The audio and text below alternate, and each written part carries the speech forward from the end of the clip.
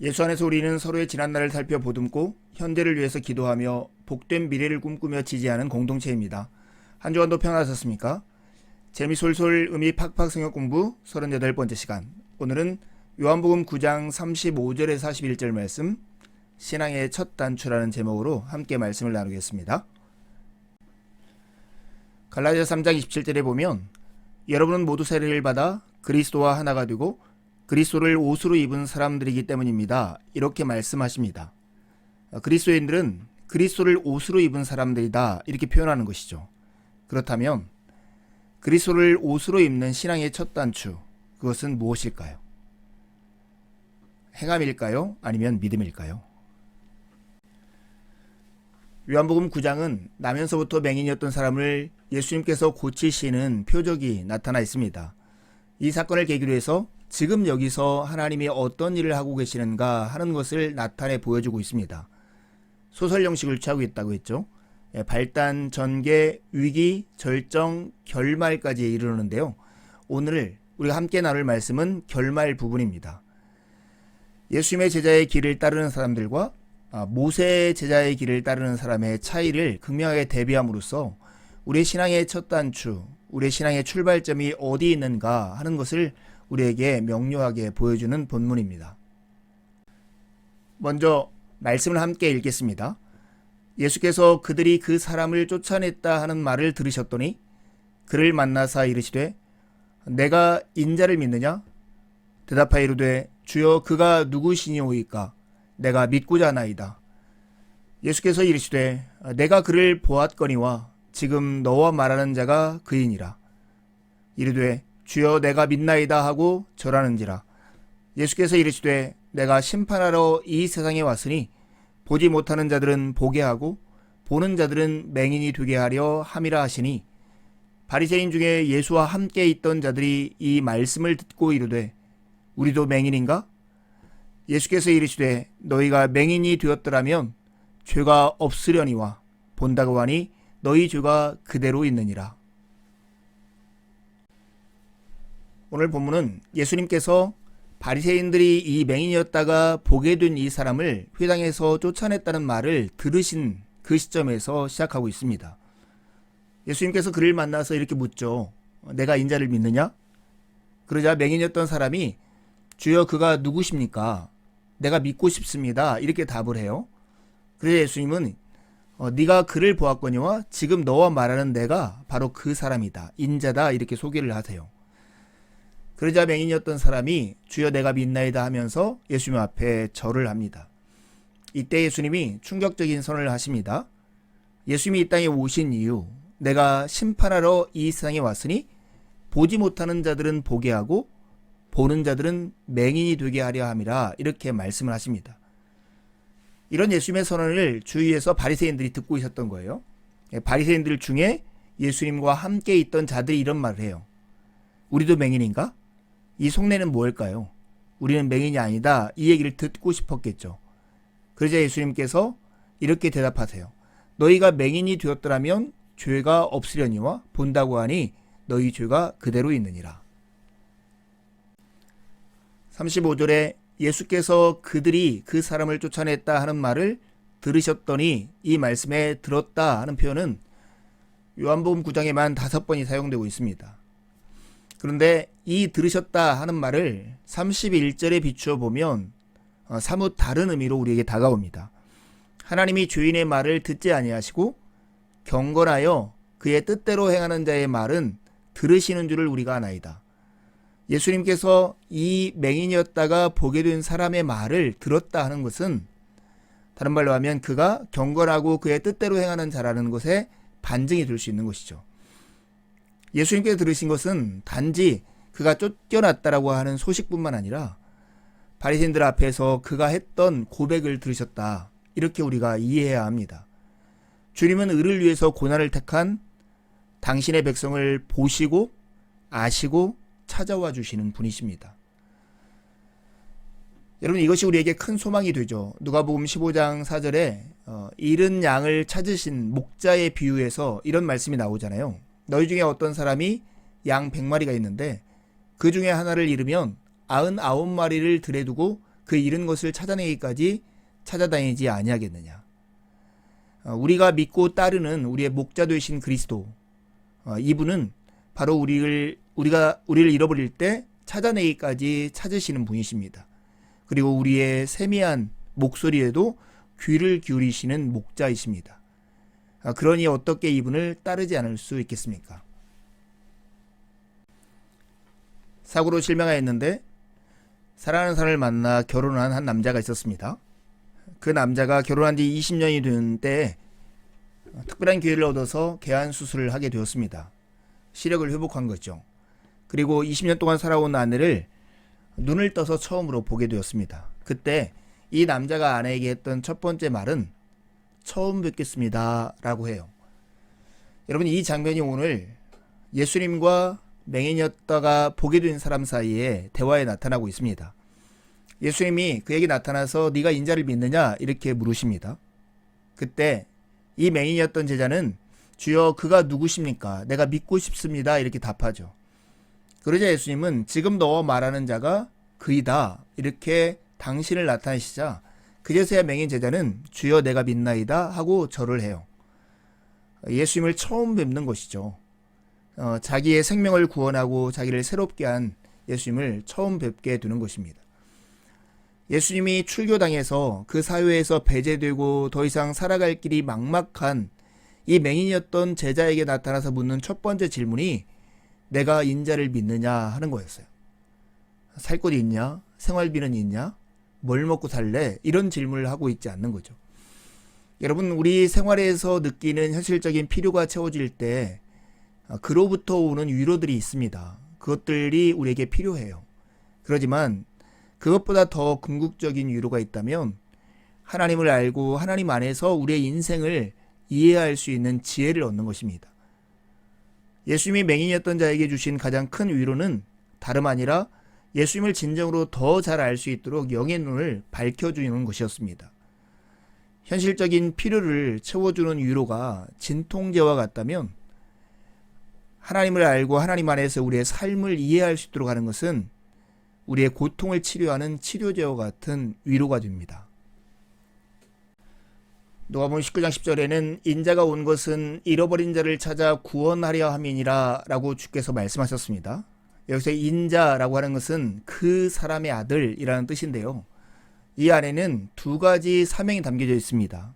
메시아로서의 사명과 통치자로서의 사명입니다. 메시아로서의 사명은 이스라엘을 대속하기 위해서 고난을 당하시고 죽으시는 사명이고요.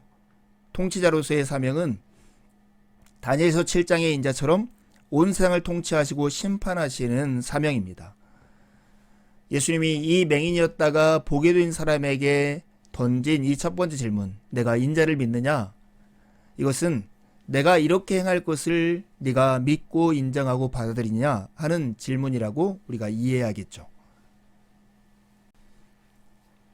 우리는 요한복음 9장을 공부하면서 맹인이었다 이제 보게 된 예수님의 제자 안에 예수님을 아는 지식이 계속 자라나는 것을 볼 수 있습니다. 11절에서는 예수라 하는 그 사람, 17절에서는 선지자라고 고백하고요. 31절에서는 하나님께서 들으시는 분, 33절에서는 하나님께로부터 오신 분, 38절에서는 드디어 인자라고 하는 고백을 하게 됩니다. 여러분, 요한복음 9장이 하나님이 하시는 일을 나타내려 하는 것이 목적이라고 했잖아요. 그것은 무엇일까요? 바로 영적으로 맹인이었던 사람, 그 사람으로 하여금 예수님 구원자 되시는 그분을 알아보게 함으로써 구원의 길로 이끄시는 그 일입니다. 빛이신 예수님을 인격적으로 만나면서 이 맹인이었다 보게 된 예수님의 제자는 점점 영적인 눈이 밝아지고 있습니다. 고린도후서 4장 6절의 표현대로 어두운 데서 빛을 비추라고 말씀하셨던 그 하나님께서 예수 그리스도의 얼굴에 있는 하나님의 영광을 아는 빛을 그의 마음에 비추신 것입니다. 이게 바로 요한복음 9장이 나타내려고 하는 하나님의 일입니다. 여러분, 우리에게 간절한 소망을 가지고 추구해야 할 것이 있다면 베드로전서 3장 18절 같은 말씀의 소망입니다. 오직 우리 주 곧 구주 예수 그리스도의 은혜와 그를 아는 지식에서 자라가라.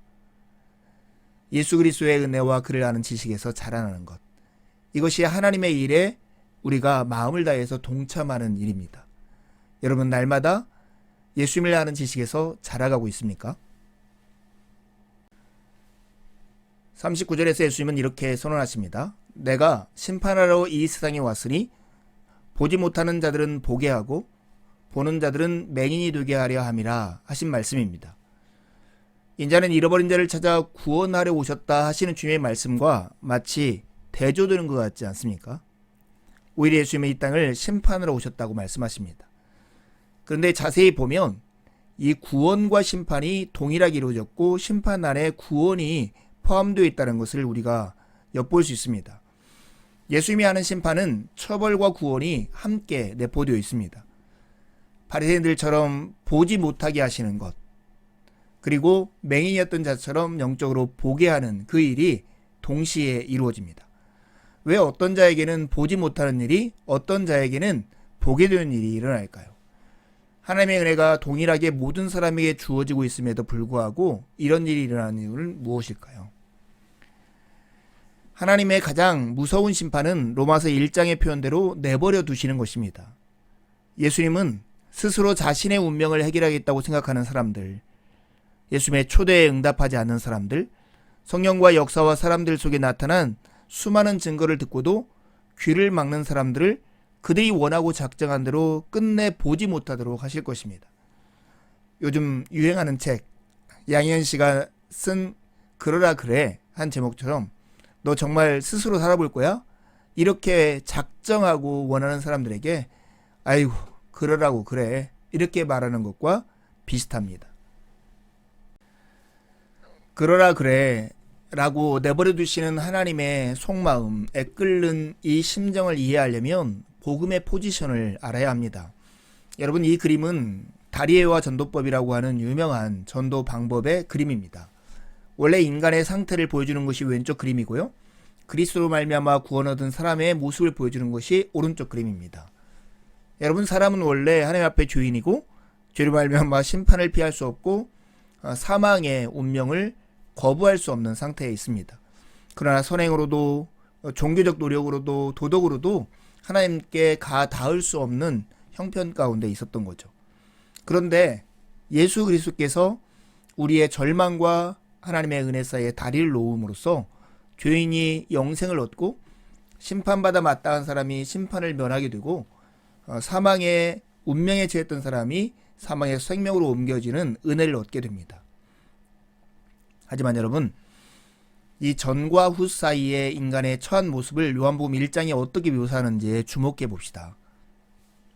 요한복음 1장 9절에 11절에 이렇게 말씀해요. 참빛 곧 세상에 와서 각 사람에게 비추는 빛이 있었나니 그가 세상에 계셨으며 세상은 그로 말미암아 지은 바 되었으되 세상이 그를 알지 못하였고 자기 땅에 오매 자기 백성이 영접하지 아니하였으나. 여러분, 인간의 이 상태가 어떤 거냐면 빛이 왔지만 빛을 볼 수 없고 자기 땅에 왕이 왔지만 왕을 거절하는 그런 상태가 인간의 모습이라고 하는 거예요. 그냥 아무 일이 없는데 이런 상태가 주어진 게 아니라 의도적으로 하나님을 거부하고 있는 이 모습이 죄의 상태라는 거예요. 근데 갑자기 12절 13절에는 어떤 말씀이 나오냐면 영접하는 자 곧 그 이름을 믿는 자들에게는 하나님의 자녀가 되는 권세를 주셨으니 이는 혈통으로나 육정으로나 사람의 뜻으로 나지 아니하고 오직 하나님께로부터 난 자들이니라 이렇게 말씀해요. 영접하는 자 그 이름을 믿는 자들에게는 하나님의 자녀가 되는 권세를 주셨다는 거예요. 근데 이것이 하나님께로부터 났다고 해요. 빛이 있지만 빛을 보지 못하고 자기 왕을 거절하는 백성들, 그 백성들이 어떻게 갑자기 영접하는 자 그 이름을 믿는 자들이 될 수 있었을까요? 이 신비에 대한 대답이 바로 예수 그리스도의 십자가와 부활인 복음입니다. 복음은 한마디로 하면 하나님이 예수 안에서 우리를 위해서 행하신 일이고 사건으로 하면 십자가와 부활입니다.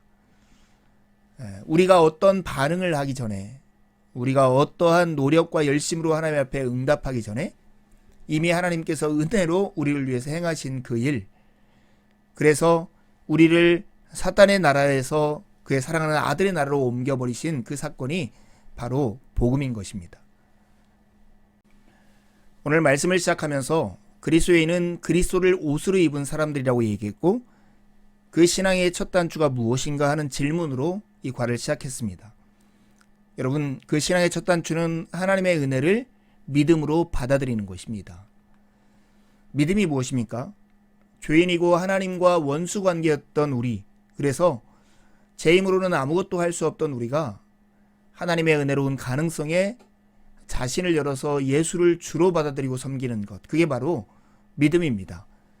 그렇다면 우리의 어떤 노력과 우리의 행함, 이런 것들에 의해서 우리의 신앙이 출발하지 않는다는 것을 당연히 인정하고 있는 것이죠. 믿음 이 안에는 하나님의 전적인 은혜라고 하는 고백이 그대로 담겨져 있습니다. 우리가 경건하게 살려고 하는 삶의 동기가 어디 있는가를 자문해 봐야 합니다. 왜 여러분 거룩하게 살고 그렇게 불편한데도 불구하고 하나님의 뜻대로 우리의 삶을 맞추려고 애쓰고 계십니까? 그것이 혹시나 그렇게 하지 않으면 우리에게 닥쳐올 문제나 어려움에 대한 두려움 때문입니까? 아니면 하나님의 심판에 대한 두려움 때문입니까? 아니면 하나님이 우리에게 베풀어 주신 그 은혜가 너무나 크고 놀라워서 그에 대한 감사 때문입니까? 우리가 함께 공부하고 있는 하이델베르크 유리문답에 보면 경건한 삶의 동기, 그것은 하나님의 은혜에 대한 감사라고 강조해서 우리에게 설명합니다. 그래요. 우리가 예수 그리스도를 경외하고 그분의 길을 따라 살아가는 이유가 있다면, 우리가 알지 못하는 그때에 하나님과 원수관계였던 그때에 우리가 죄인이었던 그때부터 우리에게 베푸셨던 하나님의 은혜에 대한 감사 때문입니다. 골로새서 바울 사도는 이렇게 권면하죠. 그러므로 여러분이 그리스도 예수를 주님으로 받아들였으니 그분 안에서 살아가십시오. 여러분은 그분 안에 뿌리를 받고 세우심을 입어서 가르침을 받은 대로 믿음을 굳게 하여 감사의 마음이 넘치게 하십시오. 이 권면을 그대로 받아들여서 주님 안에 살아가는 우리 모두가 되기를 간절히 바랍니다. 이것이야말로 진정한 자유로운 삶이고 경건한 삶이고 거룩한 삶이고 세상의 빛과 소금이 되는 삶인 것입니다. 여호와를 경외하며 그의 길을 걷는 자마다 복이 있습니다. 여러분, 우리가 오늘도 함께 말씀을 가지고 교제하게 되어서 너무 좋고 감사했습니다. 저녁에 줌을 통해서 좀 더 자세하게 말씀을 살필 것이고요. 함께 하지 못하시는 분들은 이 영상을 통해서 하나님을 더욱 깊이 알아가는 귀한 시간이 되기를 간절히 바랍니다. 감사합니다.